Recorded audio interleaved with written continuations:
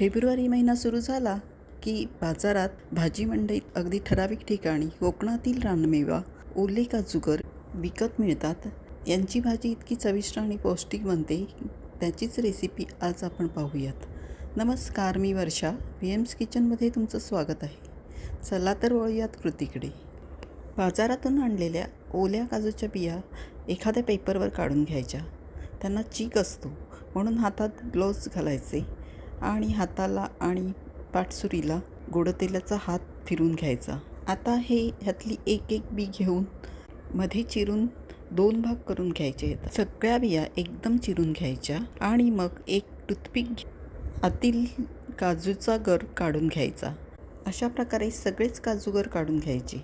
आता एका बाउलमध्ये हाताला ससवेल असं कोमट पाणी घेऊन त्यात हे काजूगर घालायचे.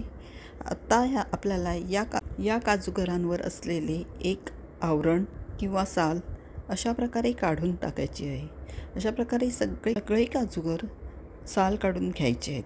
तुम्ही बाजारातून आणतानाच अख्ख्या काजू बिया न आणता त्यांना चिरून घेऊन आतले गर काढून आणा आणि मग अशा प्रकारे त्याच्यावरचं आवरण साफ करा.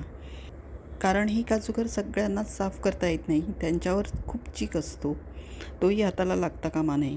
आता हे साल काढलेले काजूगर आपण एकदा धुवून घेऊयात. आता आपण यासाठी लागणारं वाटण तयार करायला घेऊयात.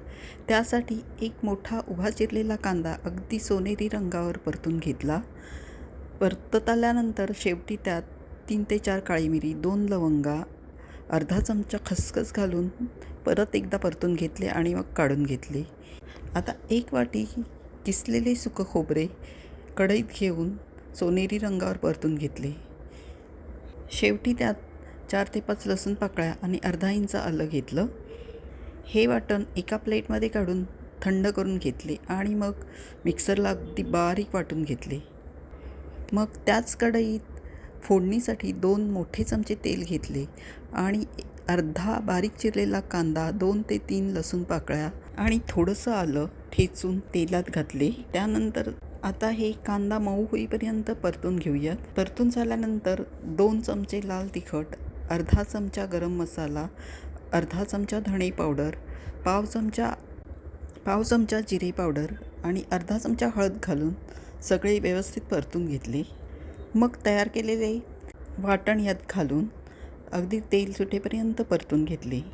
इथे तुम्हाला आवडत असेल तर 1 टोमॅटो बारीक चिरून घालू शकता, पण मला या भाजीत ही अशीच मसाल्यात परतलेलीच आवडते म्हणून मी टोमॅटो नाही वापरला.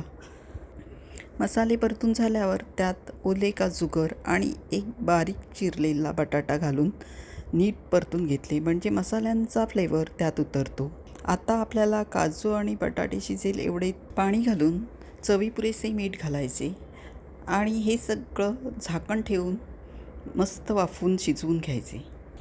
शिजत आल्यावर झाकण काढून एक काजूगर चमच्यात घेऊन प्रेस करून पाहिला, एकदम मऊ शिजला होता, म्हणजे आता आपली भाजी तयार आहे.